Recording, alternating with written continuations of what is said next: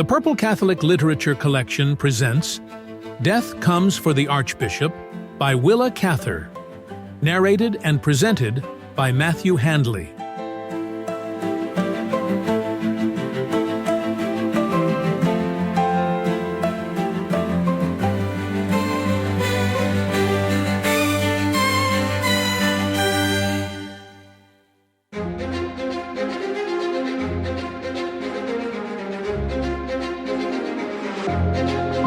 Hello and welcome to the program. I'm Matthew Handley. This is the 12th and final episode of Death Comes for the Archbishop.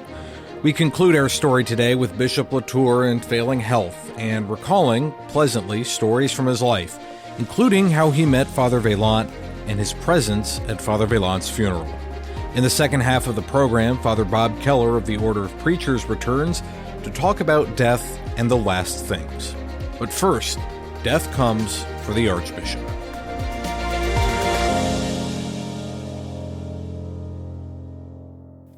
Chapter 5. After his déjeuner, the old archbishop made a pretense of sleeping. He requested not to be disturbed until dinner time, and those long hours of solitude were precious to him. His bed was at the dark end of a room, where the shadows were restful to his eyes. On fair days, the other end was full of sunlight. On gray days, the light of the fire flickered along the wavy white walls.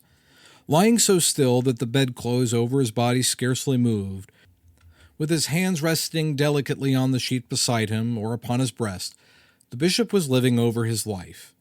When he was otherwise motionless, the thumb of his right hand would sometimes gently touch a ring on his forefinger, an amethyst with an inscription cut upon it, Auspice Maria, Father Vaillant's signet ring, and then he was almost certainly thinking of Joseph, of their life together here, in this room, in Ohio beside the Great Lakes, as young men in Paris, as boys at Montferrand.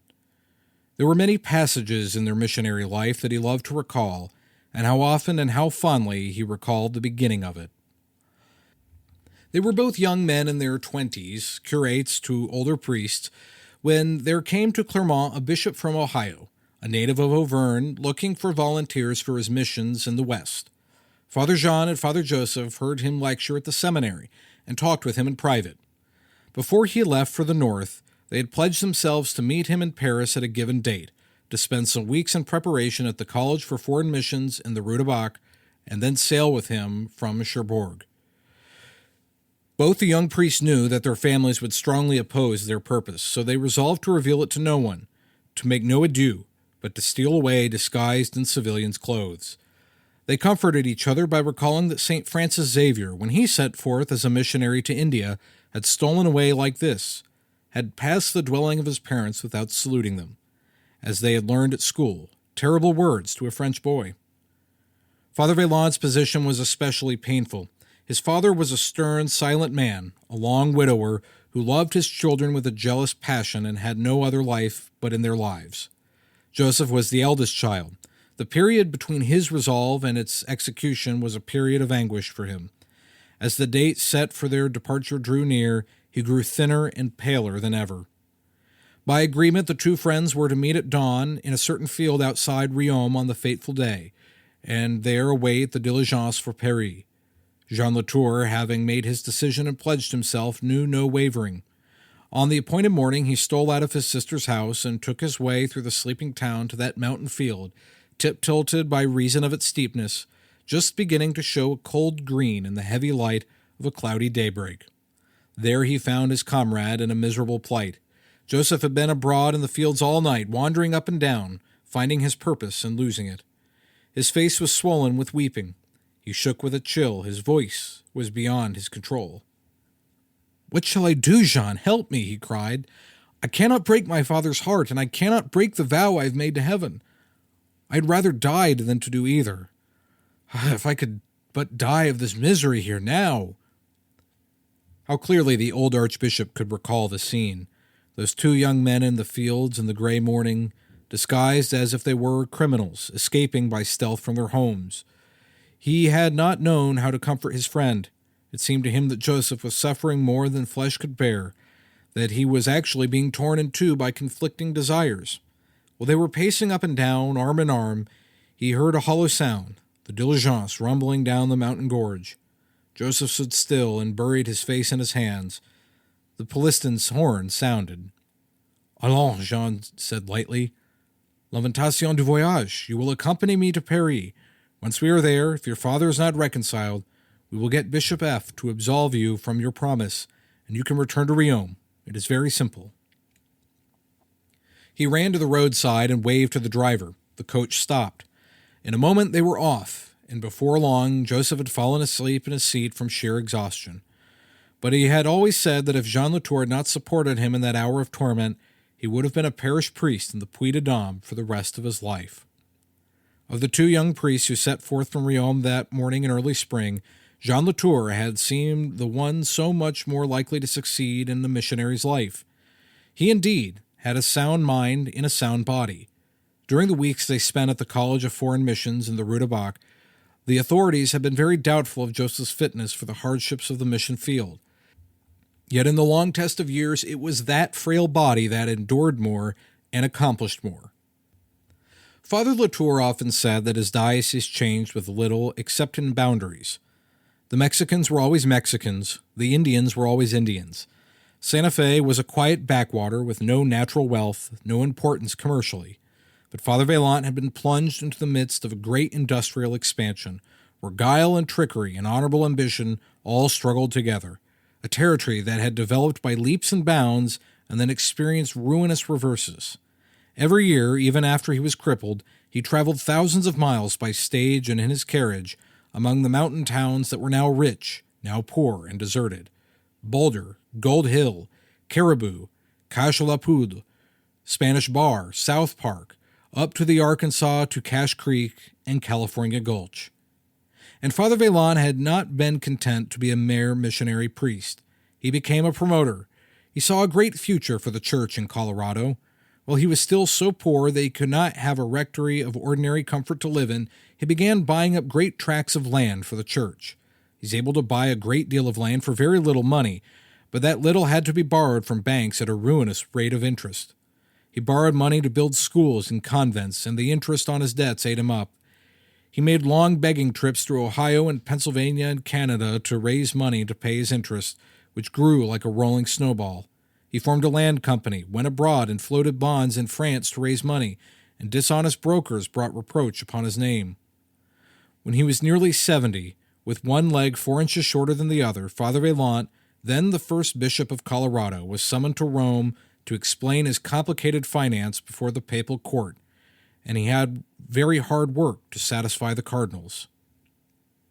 When a dispatch was flashed into Santa Fe announcing Bishop Vaillant's death, Father Latour at once took the new railroad for Denver, but he could scarcely believe the telegram.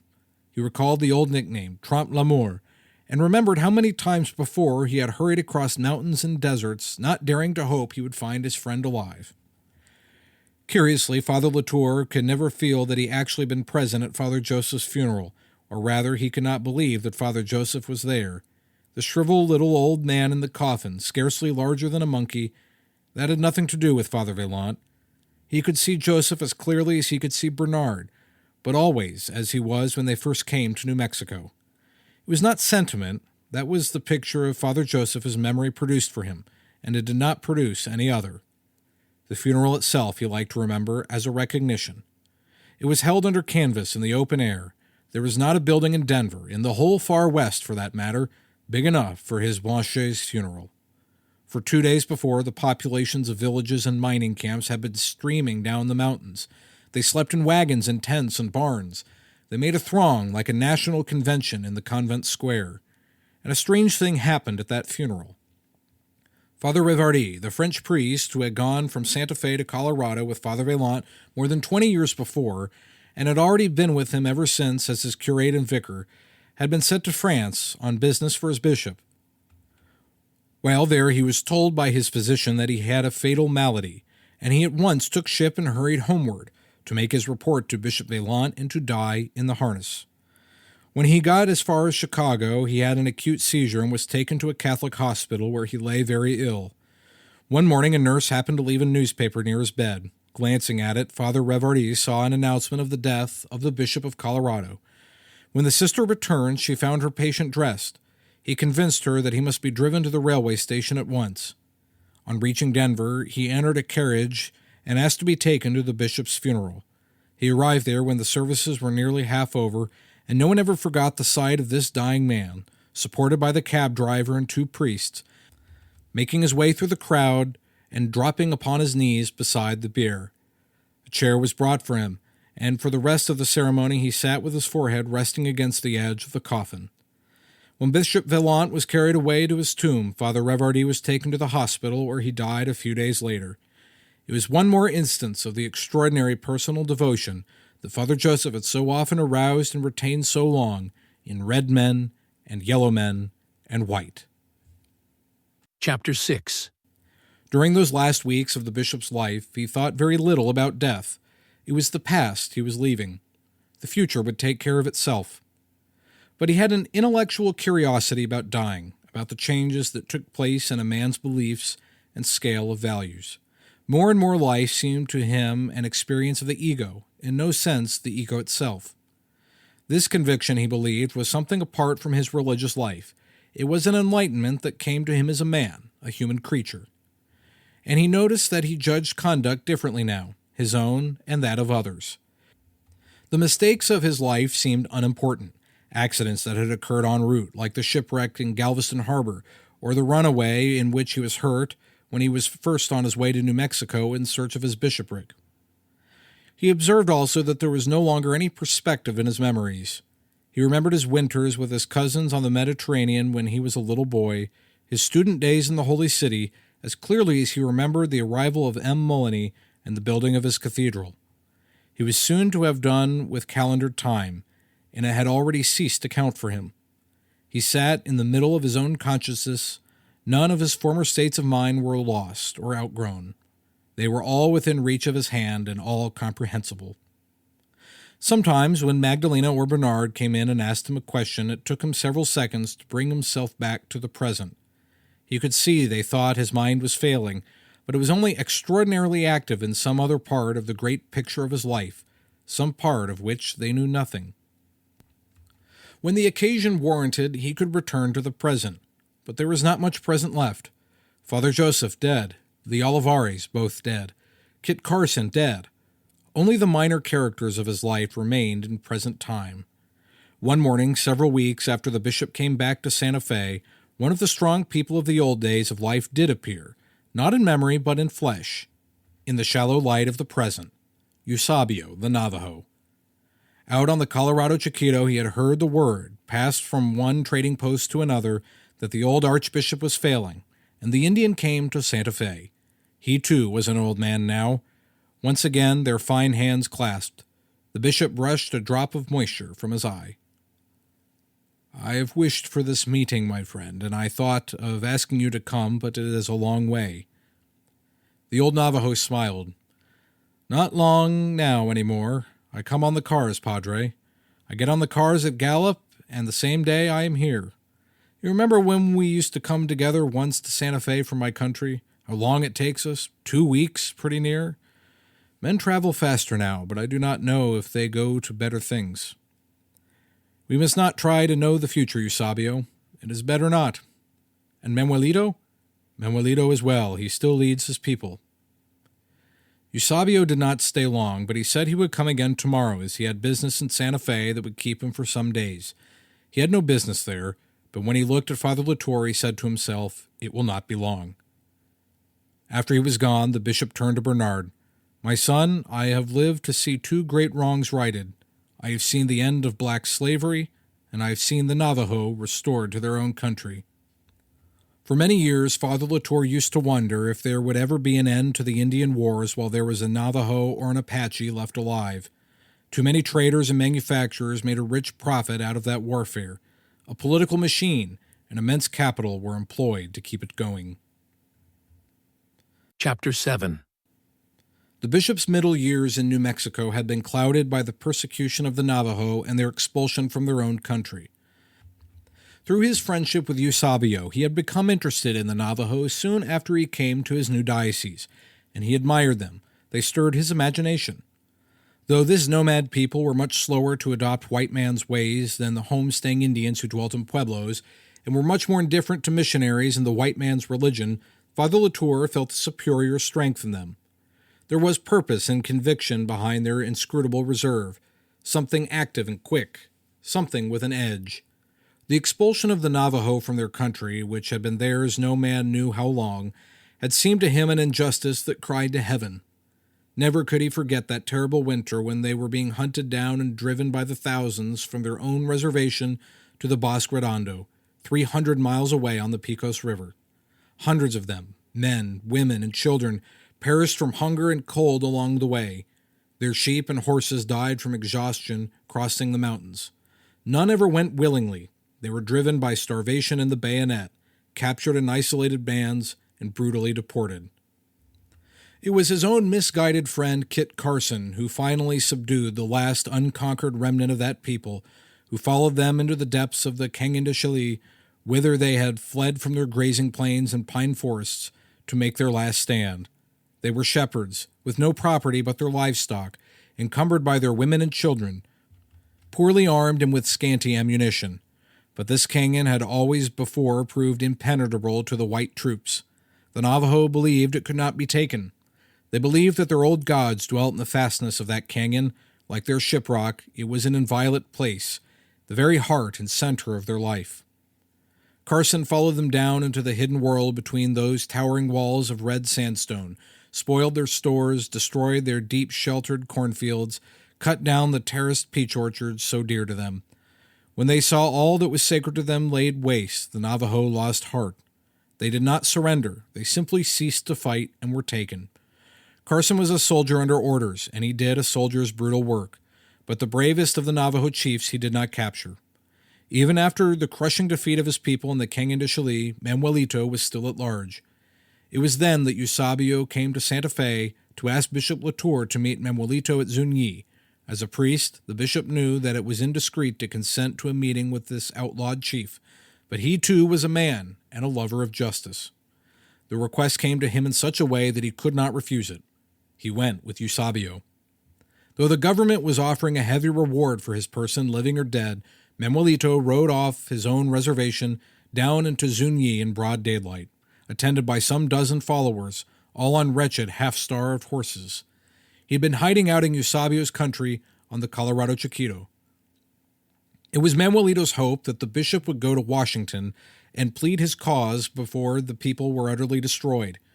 They asked nothing of the government, he told Father Latour, but their religion and their own land where they had lived from immemorial times. Their country, he explained, was a part of their religion.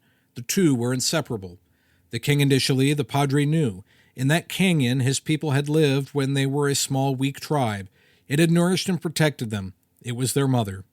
Moreover, their gods dwelt there, in those inaccessible white houses set in the caverns upon the face of the cliffs, which were older than the white man's world and which no living man had ever entered. Their gods were there, just as the Padre's God was in his church. And north of the Canyon de Chelly was the Shiprock, the slender crag rising in the dizzy height all alone out of a flat desert. Seen at a distance of 50 miles or so, that crag presents the figure of a one-masted fishing boat under full sail, and the white man named it accordingly. But the Indian has another name. He believes that the rock was once the ship of the air. Ages ago, Manuelito told the bishop, that crag had moved through the air, bearing upon its summit the parents of the Navajo race, from the place in the far north where all peoples were made, and wherever it sank to earth was to be their land. It sank in a desert country, where it was hard for men to live. But they had found the Canyon de Chelly, where there was shelter and unfailing water. That canyon and the shiprock were like kind parents to his people, places more sacred to them than churches, more sacred than any place is to the white man. How then could they go 300 miles away and live in a strange land? Moreover, the Bosque Redondo was down on the Pecos, far east of the Rio Grande. Manuelito drew a map in the sand and explained to the bishop how, from the very beginning, it had been enjoined that his people must never cross the Rio Grande on the east, or the Rio San Juan in the north, or the Rio Colorado on the west. If they did, the tribe would perish. If a great priest like Father Latour were to go to Washington and explain these things, perhaps the government would listen. Father Latour tried to tell the Indian that in a Protestant country the one thing a Roman priest could not do was interfere in the matters of government. Manuelito listened respectfully, but the bishop saw that he did not believe him. When he had finished, the Navajo rose and said, "You are the friend of Cristobal who hunts my people and drives them over the mountains to the Bosque Redondo. Tell your friend that he will never take me alive. He can come and kill me when he pleases. 2 years ago I could not count my flocks. Now I have 30 sheep and a few starving horses. My children are eating roots, and I do not care for my life. But my mother and my gods are in the west, and I will never cross the Rio Grande." He never did cross it. He lived in hiding until the return of his exiled people, for an unforeseen thing had happened. The Bosque Redondo proved an utterly unsuitable country for the Navajo. It would have been farmed by irrigation, but they were nomad shepherds, not farmers. There was no pasture for their flocks. There was no firewood. They dug mesquite roots and dried them for fuel. It was an alkaline country, and hundreds of Indians died from bad water. At last, the government at Washington admitted its mistake, which governments seldom do. After 5 years of exile, the remnant of the Navajo people were permitted to go back to their sacred places.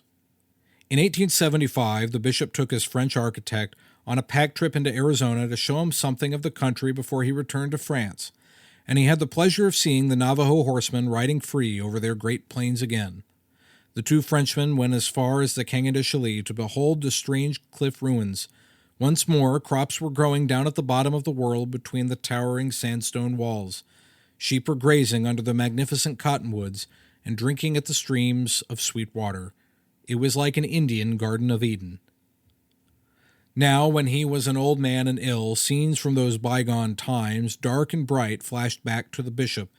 The terrible faces of the Navajo waiting at the place on the Rio Grande where they were being ferried across into exile. The long streams of survivors going back to their own country, driving their scanty flocks, carrying their old men and their children. Memories, too, of that time he had spent with Eusebio on the Little Colorado in the early spring, when the lambing season was not yet over. Dark horsemen riding across the sands with open lambs in their arms, a young Navajo woman giving a lamb her breast until a ewe was found for it. "Bernard," the old bishop would murmur, "God has been very good to let me see a happy issue to those old wrongs. I do not believe as I once did that the Indian will perish. I believe that God will preserve him."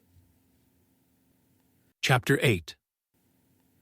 The American doctor was consulting with Archbishop S. and the Mother Superior. "It is his heart that is the trouble now. I have been giving him small doses to stimulate it, but they no longer have any effect. I scarcely dare increase them. It might be fatal at once. But that is why you see such a change in him." The change was that the old man did not want food, and that he slept, or seemed to sleep, nearly all the time. On the last day of his life, his condition was pretty generally known. The cathedral was full of people all day long praying for him, nuns and old women, young men and girls coming and going. The sick man had received the viaticum early in the morning. Some of the Tesque Indians, who had been his country neighbors, came into Santa Fe and sat all day in the Archbishop's courtyard listening for news of him.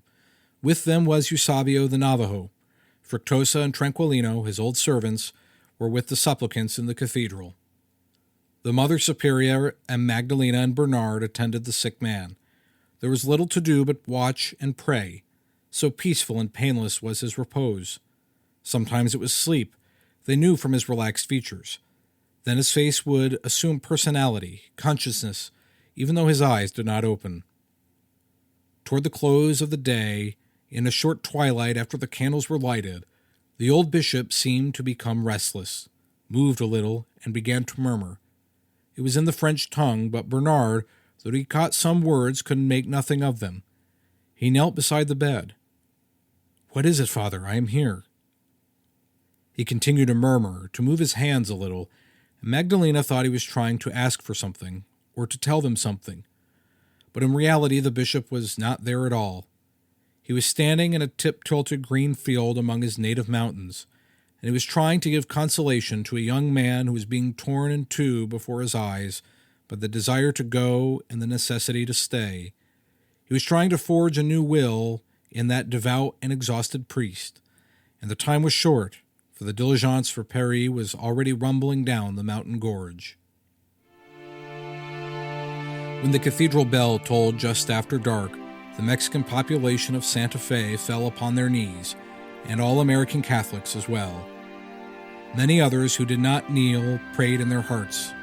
Eusebio and the Seque boys went away quietly to tell their people, and the next morning the old Archbishop lay before the high altar in the church he had built.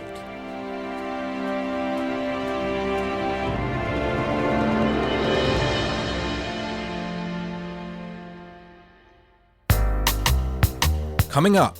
A happy death, I guess, is if I'm coming to the awareness, and that's more than just a cognitive, rational thing, but it's my intellectual, which includes my soul and my emotional life as well. Appetites is kind of like I'm created for this communion, and I know that it can't be complete here.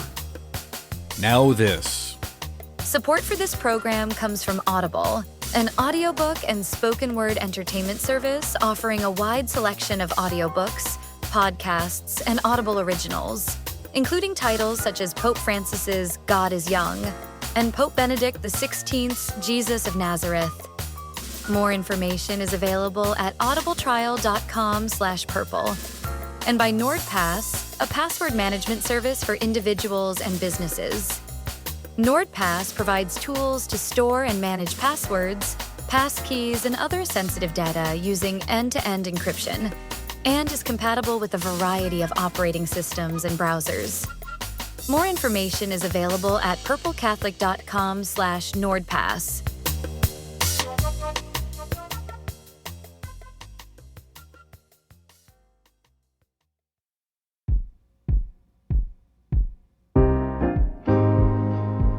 Welcome back to the program. I'm Matthew Handley. Father Robert Keller is a priest in the Order of Preachers and is the chaplain at Aquinas College in Grand Rapids, Michigan. He is the author of Sealed in the Spirit, The Splendor of the Gifts of the Holy Spirit, and the 10 Commandments Leading Towards Love, a Practical Spirituality. He joins me now. Father Bob, good to talk to you, sir. Matthew, I've been doing better than I deserve, and it's great to talk with you again. This is going to be kind of radically different from what we were talking about before, but we are going through the book Death Comes for the Archbishop, and it goes through his life from when he begins his mission there in Santa Fe up until his death. His friends have died. His best friend's sister, who is a mother in France, has passed away. He seems to be kind of the last one there. And one of the lines in the final book is that all the main characters of his life have gone on, and he's remained with just the secondary characters. And so I want to talk a little bit about death, because obviously it's going to happen to all of us. There's only a handful of people where it may or may not have happened to them. And so let me start with this first question, because we talk about this in a Catholic context. And I hear it quite a bit, but I don't know that it's ever been defined in a way, at least that I fully understand, and perhaps that a lot of other people don't fully understand. But what exactly do we mean when we say, we wish someone a happy death? What is a happy death? Great question. And it's bringing to mind some Thomas Aquinas and everything, but well, feel free to share that if you want. I certainly will. I certainly will, because, the word happy is going to be very critical here. And Aquinas will ask the questions about happy, and for sure, happy is not solely bliss or emotion. Mm. And you say, well, what else is it? I mean, are we back to some kind of heady thing? And it's like, no, it's deeper than that.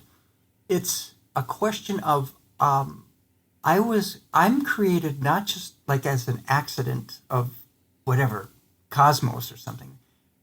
There's a purpose.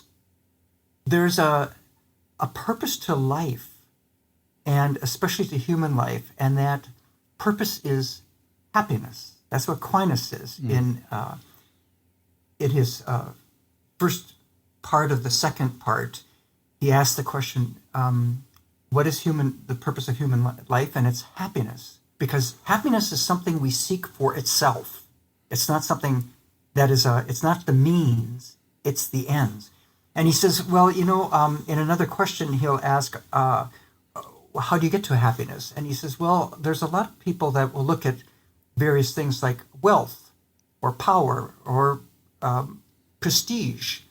And if they put their whole attention to acquiring that, they can perhaps acquire it, but it never seems to really fulfill. Like, when is enough wealth enough? It's like, and what do you do with wealth? I mean, and again, to some degree, what it is that it's sort of exterior to us. But even Aquinas is pointing this out. And he says happiness is something we seek just for itself. And it's to have the good. The good is integrity, it's life, it's existence. And there's something in us that has a natural leaning into existing and life and goodness. And what is the source of goodness? God. I mean, for Aquinas, it's God. And if you start saying, well, could there be some other things? You say, everything else that you're going to be saying is a created thing. Right. And created things will never quite do it. So you're back to the, it's like you realize you come back to the beginning again and you say, God who created, who himself is existence. And as we discover, it's like this communion of being together, that is the fulfillment. So if you will, to me then, a happy death, I guess, is if I'm coming to the awareness, and that's more than just a cognitive, rational thing, but it's my intellectual, which includes my soul and my emotional life as well. Appetites is kind of like, I'm created for this communion, and I know that it can't be complete here, although it's begun here. And so if it's kind of like a happy death would be, I'm not going into dissolution, disappearance, vaporized, whatever it is, but rather culmination. And it's not going to be without emotion, but I think people that have a truly happy death, they come to peace. There's a kind of peace that you're saying, but you're going to die, and you say, it's okay. There's something okay. It's part of what things are at, and it's not the end. And there's somehow, it's deeper inside that's telling me it's not the end. And where Christ has gone before us, we will follow after. But it doesn't have to be in those words alone. But I think that's what a happy death is. It's somehow I've come to that still place and that peace place that this is all part of life, and it's good. Yeah. I a couple of years ago, or last year rather, when we're recording this, I had heard of the death of my former employer, Catholic Radio's Al Cresta, and I was keeping up with some of the updates that the family was putting out. And I remember in the final days, they were talking about whether or not he was kind of conscious and kind of awake. But I remember one of the final updates the family put out was that, well, he seems at peace. He's singing worship songs while he's laying there in the bed. And I think that's a good example of, at least in his spirituality and his relationship with the Lord, being ready for that moment and having that peace that you're describing. Yeah, that's a wonderful testimony, and even as you're speaking about this, Matthew, it just strikes me. Sometimes I've heard of whether it's Dominic or some other saint, and they're saying something about God or praying a psalm or something, and this is not piety. I mean, just for piety's sake. In other words, of course they've got to be saying something. No, what it is consolation. Something. What strikes me, one of the psalm texts that strikes me as such a significant one, Psalm 62 begins with, "Only in God is my soul at rest." Mm-hmm. If that's on my lips as I'm dying, it's like, it's so true. And it's like I'm just basking to some degree into that. That's the reality of that. And so it's just leading me into that next part of my life journey. So these are not kind of like what we think are highly in a pious way, but it's the piety of truth and consolation and peace. I mean, I think there's something real about that. Absolutely. Yeah. You and I had the shared experience of being at a funeral for a friend, the late Father Stan Drangowski, former chaplain there at Aquinas. And I remember when I heard of his death, and between that time and the funeral, I felt this kind of weird, I don't know, chaos is the wrong word in my mind, but you feel kind of a little bit of a float of, you're not really sure what's coming up next. And I felt the same thing when Al Cresta died. I felt the same thing when Pope Francis had died, that once you get to the funeral and the funeral's complete and the person's laid in the ground, almost kind of like the Beatles song Elegant Rhythm, you wipe your hands and walk away from the grave. It feels very final, and it feels that once you hit that funeral that you can move on and know that you need to keep going. And I have a question in here for you that I had sent, is that when we have a good and holy person dying in the church, either in your order or in your diocese or in the case of the Pope, what are we supposed to do to move on? Is there a right, and this kind of combines with another question, is there a proper way to grieve? Well, I think the proper way to grieve is to grieve. Yeah. Because I think there's a hesitancy, or I don't want to grieve. And to some degree what that is, I can't let them go. And my memory of what we did together or said, or what that meant to me and all that. And the grieving is that this person, at least in their physicalness, they certainly are gone. And so just letting that be in your life, and it can be with tears for sure, is okay. Is okay. But I think it is a jar to our life, because it's certainly true that our incarnate selves, when we have these physical presences that seem to be so dynamically animated, we know their spirit and all that kind of thing, but it's mediated in this body and all that, and now that's gone. That is a shocking experience for us, and I think it's going day by day, getting up and continuing on in what respect. I think it's like, primarily my first relationship is with God, with Christ.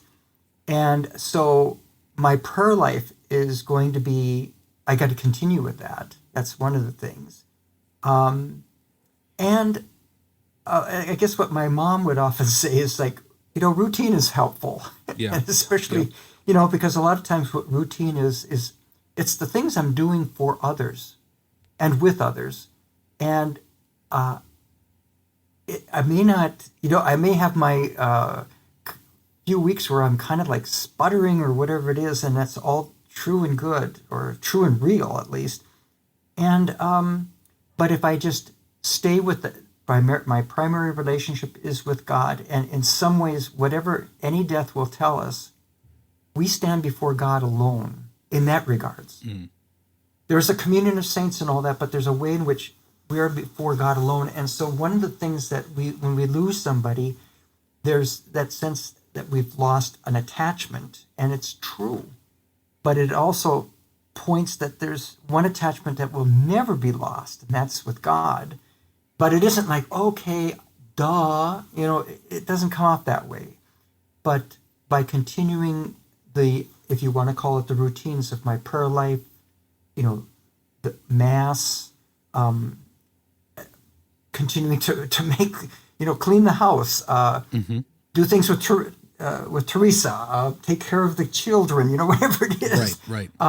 Those, one's emotional life, and that's primarily what we're struggling with, is our emotional life. Our emotional life kind of equilibrates and I think integrates in some way the loss of the person, but the awareness of these other persons that are also precious. And one of the things that might be involved in some of these things is our position. When a parent dies, and especially if you lose the second parent, all of a sudden you're now the top generation. Yeah. And so one's position in life may alter. You know, it's like they were the wisdom figures. Now, wait a minute. Me? I'm too young to be the wisdom, whatever it might be. But it's like there are elements that happen in life like that. Mourning is a tough thing because it's admission, and it seems to be such a negative admission, the absence of something and someone. But it also might illuminate, but not immediately, there's one absence that I never have to worry about, actually, and that's going to be Christ's or God's presence to me. This is the one relationship that never leaves in any respect. And then I will discover that there's the communion of saints, I think, in some ways. And I know that, what is this? This is, in fact, it's 2 years come July 9th, when the anniversary of Father Stan's death. And it's like saying it's much different now. And it's like, okay, he's part of that heavenly community, I gather, that is with us through that. But we've moved on. Right. Is that how you typically counsel either students or other people that have lost either loved ones, or perhaps they're dealing with the loss of someone like Pope Francis, someone who's very influential and people had a lot of care about, even though they didn't know him? And again, there's different ways of being with people at different times. So the immediate thing is just letting them talk, letting them feel, validating the feeling, those kinds of things. At another point, they may be asking different questions, like, what can we do, or what can the church hope to do, or something. And it was kind of like, what do we do now that Pope Francis died? And there are going to be people that say, who can we get now? And all of us were kind of like, well, who possibly could step into that role? Well, then along comes Pope Leo. My God, this guy's got a grace about him. And all of a sudden, you start saying, how about that? God has many, many disciples that are graced upon earth, and now we're finding a new grace, a different one, but new grace. So, there are different, like even, for instance, if you and I were to converse about Father Stan, there's ways in which we talk about some of the things, wisdom statements, some of the hilarious things, or maybe characteristics of this man, and that kind of thing. And there's a different kind of almost consoling, joyful quality to that, which is way different from when we were there at the funeral. Right. Exactly. So we do go through those experiences, I think. One of the last questions I want to ask, what do you think our culture, because I mean, you talk with students and believers and non-believers alike. What do you see that our culture gets right and wrong about death and the afterlife? At least compared to our Catholic understanding of it. Yeah.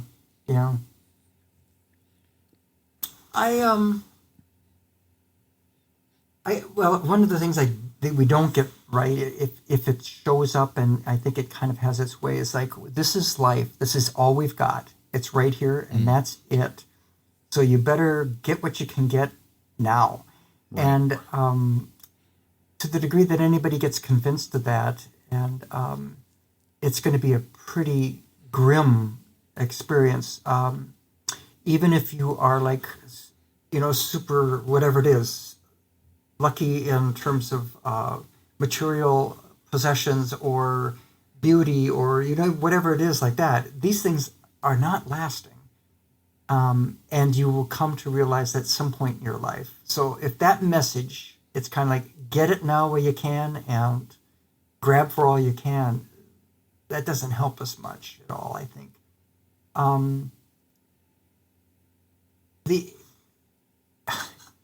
There's a lot of things I think that society right now, I guess I'm kind of questioning where the individualism that we have is so strong. I don't think that helps us a whole lot. Yeah. So that's the problem. You kind of catch me. I'm kind of thinking, well, what does society tell us? Because there's still a sense of there's still some compassion, or there's still some sense of justice, and that's all good. But how it leads you, I don't know, beyond this life, I have to think about that a lot more. No, that's okay. It's so dominating the other element of our individualism and almost materialism. We really, Karl Marx, you kind of you've hit us right where we didn't think we'd go, where we are highly materialistic. Even a certain kind of scientism leaves us where there is no quality of what we might call spirit. Although even physics is going to say, material isn't as material as you think it is. Mm-hmm. It's almost, whatever you want to call energy. Yeah. Again, that's a metaphor. And so we still are in the vaguenesses. On the other hand, people's attachment to something like Buddhism, and there's a variety of Buddhisms really and all that kind of thing, but it does say that there's something bigger than us, and it's not even created in some ways. Now they would talk about nirvana. And the thing that we wouldn't agree with in Christianity, if it gets pushed, is that we somehow disappear into this nirvana. Oh, sure, yeah. It's that is the big all in all, and really, our tradition would say, God is all in all, but our uniqueness is the gift God has given us permanently. And that's pretty powerful. And so that's, again, that message I think is really valuable, and especially for younger people, and especially as saying being yourself is what you've been called to be, not to be someone else. Yeah. And so that's why that call for some interior life, prayer, contemplation, whatever you want to call it, and however you get to it, but being in touch with your soul, as it were, that dimension of your spirit is so critical, and something not to get rid of, because the judgment that God gives is love. Mm-hmm. Well, and I want to talk to a little bit about the point you made, that thinking about life as all there is, and I think especially in the testimony that we see through this particular novel with Bishop Latour, I don't know if death is all there is, if life is all there is. I don't know why we have had missionaries, young priests who've decided that they were going to go to Ohio to be missions and then accept the call to go out to the Southwest. But even if you go back to reality and you think about the apostles, almost all of them were martyred. And if this life is all there is, then what's the point of that? Why would you accept the martyrdom that you were given there? And I think that's a great testimony, both from lay people being martyrs or going out and exploring and doing new things, that there has to be more than what is in this world. If you run into a martyr, you certainly encounter it. And I think that, like the early martyrs in the Roman Empire, it was sort of the message that you might control my body, if that's called life, but you can't control me. And I'm more than my body, but I am my body, but I'm more than my body. It's like, okay, you keep vacillating between those two, but it's like, but they could do that. It's like, all we can do is we can kill you, but somehow it is not a conquest that we thought we were conquesting your whole self, and somehow we're not. Right. And the thing about the martyrs and the apostles and all that is there's a reality I can't deny anymore. Yeah. It's true, and I somehow have encountered it. That's the whole thing about Christianity, and I know that so Robert Barron is one that is good with this, but so is my other theologian friend, as it were, N.T. Wright. They'll say, Christianity is an encounter with the person of Christ, and Pope Benedict will say that. That's what it's about. It's not the doctrines. It's an encounter with a person, but this Jesus was resurrected. Mm-hmm. And there's the experience of it. Okay, how can I deny something that I've experienced? Right. And it's not just my 5 senses that has experienced this, but it's my soulness again. And I think I remember reading somewhere that Cardinal Avery Dulles once said that the number one thing he sees that drives people to religious conversion is religious experience. It's some people you hear that they read their way into the church and stuff, but he seemed to really believe that it was specifically religious experience, the experience with the divine, perhaps the experience with religious people, that drove people to conversion and to have a relationship with Jesus. Yeah. Well, listen, Father Bob, I want to thank you very much for sitting down with me and having this conversation today, taking time out of your busy schedule, I'm sure, and this has been great, and I really hope that everyone has gotten something a little bit edifying out of this, and as well as something a little entertaining and informational as well. Absolutely, and let the conversations continue. Yes, absolutely. Thank you. Okay, God bless you.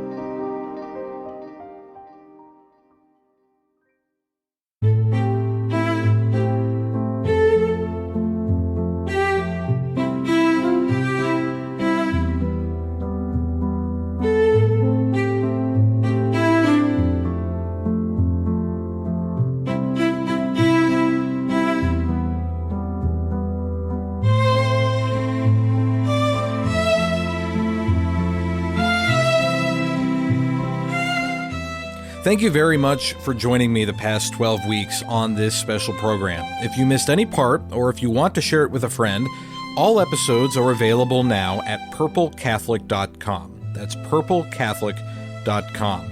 There you can also follow my other work, including my weekly columns on politics and faith. I want to give a special thanks to my guests who joined me these past weeks for taking time out of their busy schedules to participate. Dr. Marcus Peter of Ave Maria Radio, Dr. John Pinero of the Acton Institute, Franz Klein of Mother of Divine Grace School, and Father Bob Keller at Aquinas College. Let me know if you want more content like this. Based on your reactions to this program, there might be a season 2 next year. I'm also welcome to hear suggestions on the type of book that we should do.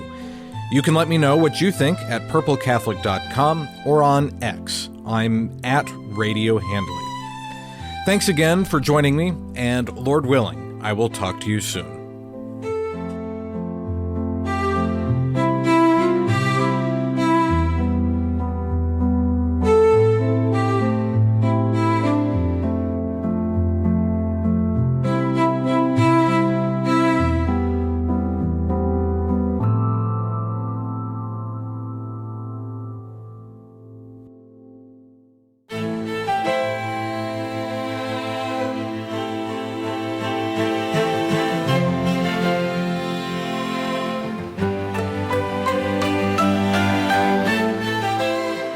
Special thanks to our broadcast partners.